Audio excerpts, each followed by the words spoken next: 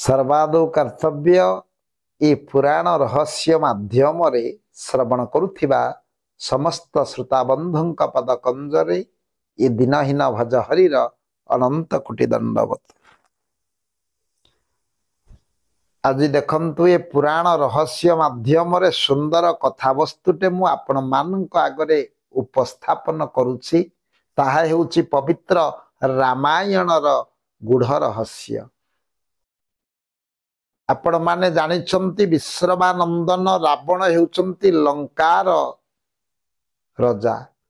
लंका सिंहासन रे बसी निजर दक्षता बल रे प्रजापुंज को से लालन पालन करुथिबा संगे संगे स्वर्ग मर्त्य पाताल तीनिपुर को करायत करी देवता मानंकु जे निज निर्देश रे परिचालित करुथिले।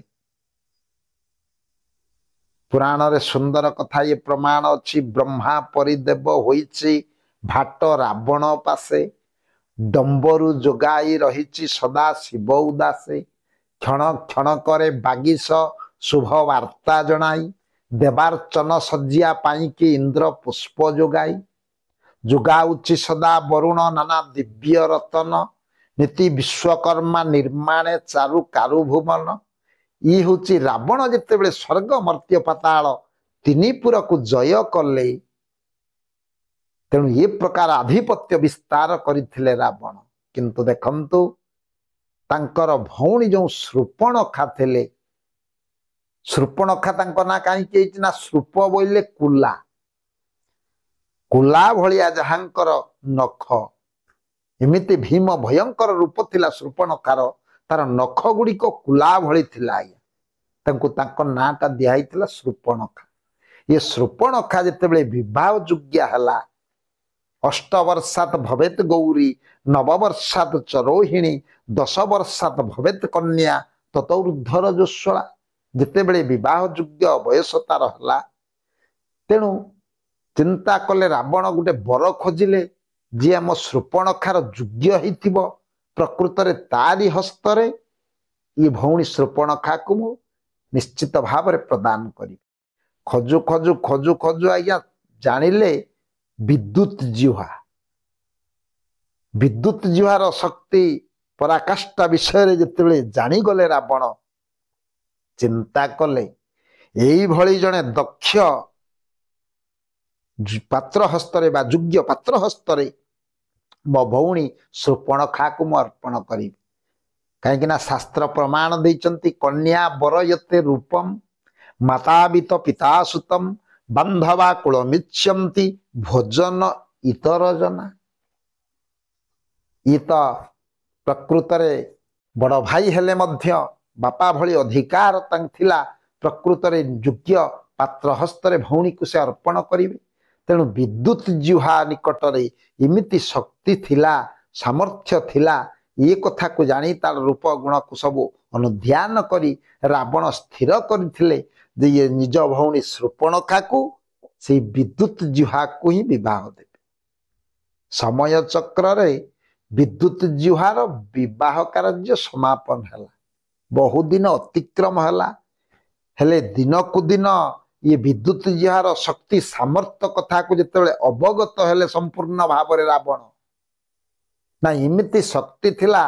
ये विद्युत जिह्वा निकट रे जदि जने शत्रु तांको निकट को आसुची, तांको मुख खोलिला मात्र के इमिति विद्युत संचारित हेउथिला बा इमिति अग्नि प्रज्वलित हेउथिला। से शत्रु क्षणे मात्र स्थायी होई आगरे रही पारु नथिले, सांगे सांगे से भस्मीभूत हो जाउथिले।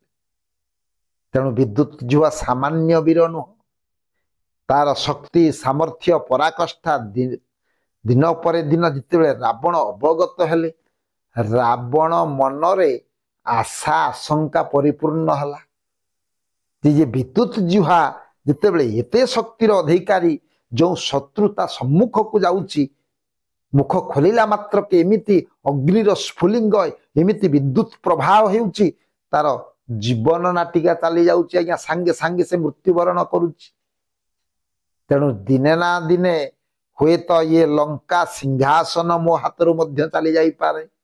विद्युत जिह्वार शक्ति सामर्थ्य को देखी आशा आशंकार बुड़ी गले आज्ञा ये रावण तो कपटी चिंता कले ना ना ना ना ये मूलु माइले जीव सरी देवंक संगे कि पाए कली मूलरू जदि ताकू मु विनाश करी तेबे आउ मो प्रति विपद नथिवो मोर आशंका आउ नथिवो ये सिंहासन केबे मो हस्तरु जाई परिबो एई कथा चिंता करी दिन करे कपटरे विद्युत जिह्वा को संगरे बुलेइबा पाई नेई समस्तंक अलक्ष्य विद्युत जिह्वा को विनाश करदेले रावण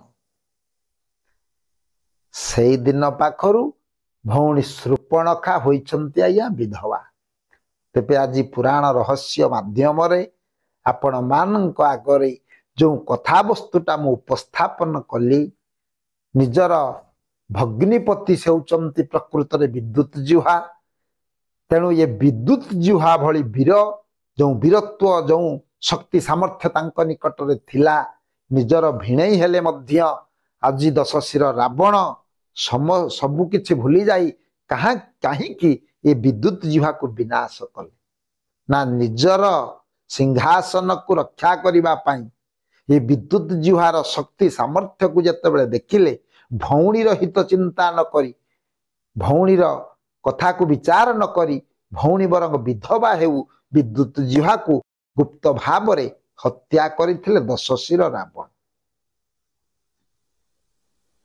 तेणु पुराण प्रमाण दिए ये कथा को धीरे धीरे शूर्पणखा जानीगले शूर्पणखा जितेबेले जानीगले जदिओ प्रत्यक्ष भाव रे रावणंकर प्रतिरोध से करि पारले ना तेबे जदि ये लंकापुरी सर्वनाश होइछि रावणर पत्नी माने जदि विधवा होइछन्ति प्रकृति रे धीरे धीरे शूर्पणखा जानीगले शूर्पणखा जितेबेले जानिबे कि भाई निश्चित हत्या करिछन्ति विद्युत जिह्वा से कथा को जितेबेले अवगत हेले निजर आमर भाउज ये होचन्ति रावणर पत्नी हेले मंदोदरी एवं ये रानी मान को विधवा करिबा पाई